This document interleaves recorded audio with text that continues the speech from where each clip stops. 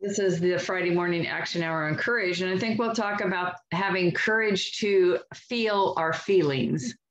I think that is an issue most of us have, or I'm making that assumption that sometimes we stuff our feelings down instead of letting them come out, release them so that we can let them go through us and go on, whether those are negative feelings or positive feelings. How do we express our feelings and have the courage to do so? So that's what I'm going to open up our conversation for the next few minutes. Courage to feel your feelings.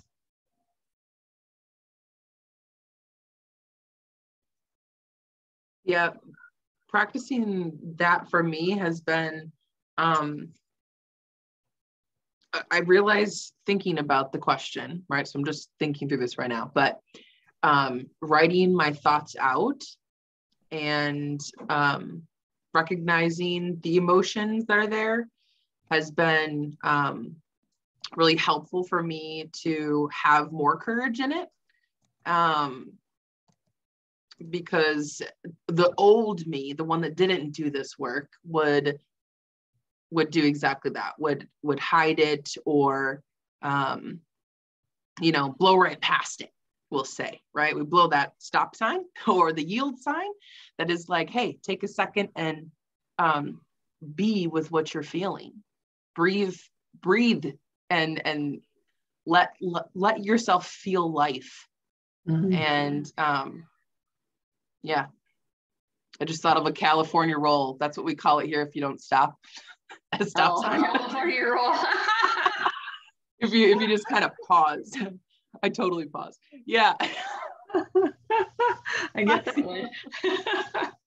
Yes, exactly. Yeah, but taking that time, like that's such it's a human thing that we get to practice, right? Taking the pause to feel what we're feeling and be in the present moment versus the program of go.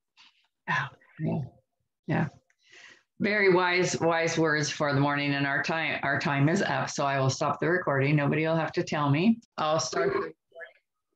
We were talking about feelings and the courage that it takes to express our feelings and not stuff them down, and the courage to have faith that if it's a negative feeling, I always think of, when I think of stuffing my feelings, I think of stuffing my negative feelings.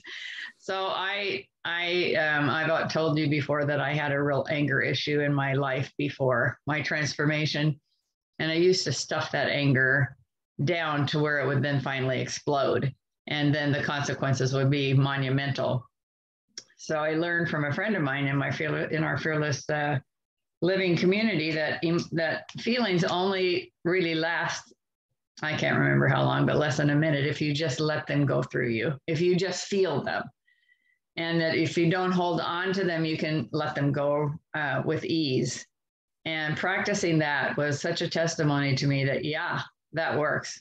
Because I still get angry. I'm a human being, right? When I get angry, I just let it go through me and I don't hang on to it and let it fester. And so that was great news for me. So I don't know, maybe some of you have examples of the power of letting your feelings go through you. So Suze, I see your hand up.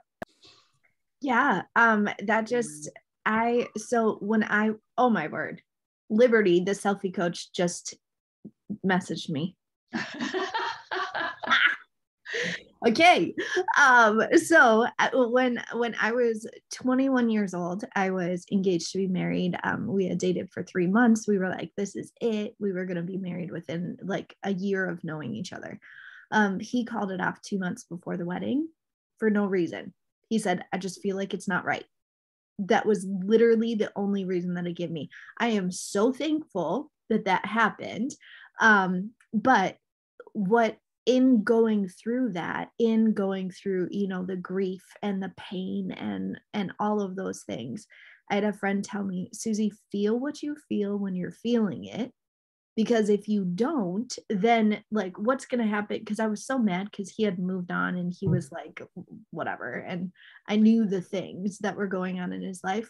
And she's like, you get to heal. So instead of going around it or over it, you're going through it. And so then it will have zero control in your life in the future. And so I was like, okay, feel what you feel when you're feeling it. So all of the things, like when you're sad, be crazy sad. When you're happy, be crazy happy. Feel it, let it go through you. And then so that sits so well with what you just said. Like, that's to feel what you feel when you're feeling it. Yeah. And it takes a lot of courage, because why do we feel those things? Because we had expectations, right? I mean, we talked about that yesterday. When we have those intense feelings of disappointment, frustration, anger, it's because we had expectations. So again, that awareness allows us to, oh yeah, what was I expecting? Well, I was expecting to get married, and I was expecting to live for, and it's not happening. So I'm mad. So let's be mad and then let it go through me. And then it's that release, right? It's that visceral release. I mean, I just felt it right now. Just thinking about how angry I used to get and letting that go. And it's your body, your heart, your soul recognizes it. Yeah. Yeah. Great. Anybody else? I think, let's see, we do have 3 more minutes, so we can have another share. Anyone else about the courage to feel your feelings? Kelly. Well, you opened your mic, so I thought you were ready to say something. I guess I just had it open. Oh, okay. But yeah, I mean, I have this really great sign in front of me on my wall that says, feel it to heal it, that I got from some beautiful ladies. And I am one that feels my feelings. And it's almost like I actually, when I'm feeling my feelings, I'm like, can I feel less, please? So sometimes I worry, though, that if I let the emotions out, they will never stop.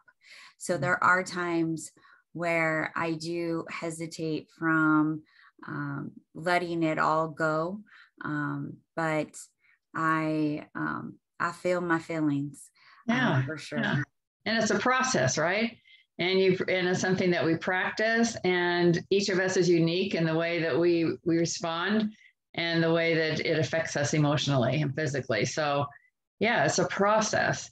And anyone else before Nancy, welcome. Thank you. Thank you. I love that. And the thing that I really love about what Foxy just said is that something that Becky said yesterday, which was sometimes we know, and knowing is equally important to feeling. And so that Foxy knows that sometimes her feelings can be too much for her is a way to, like, or not too much, but like that you don't want to feel it all, right? That's a knowing too. Yeah. And so being open to that, I think is really powerful. Oh, great.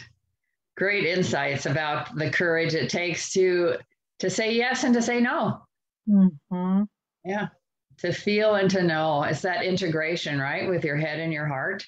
And that balance is sometimes your heart is in charge, sometimes your head is in charge, and sometimes it's great to have a blend of both. Yeah. Well, my heart is full, and heart to heart is where I am with you today. And if I could be with all of you, it would be a big heart hug.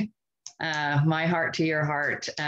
Looking forward to going on and continuing our time together in the summit. And Jamie, thank you so much for coming and joining with us. And we hope that you'll make that a permanent thing. We love having you.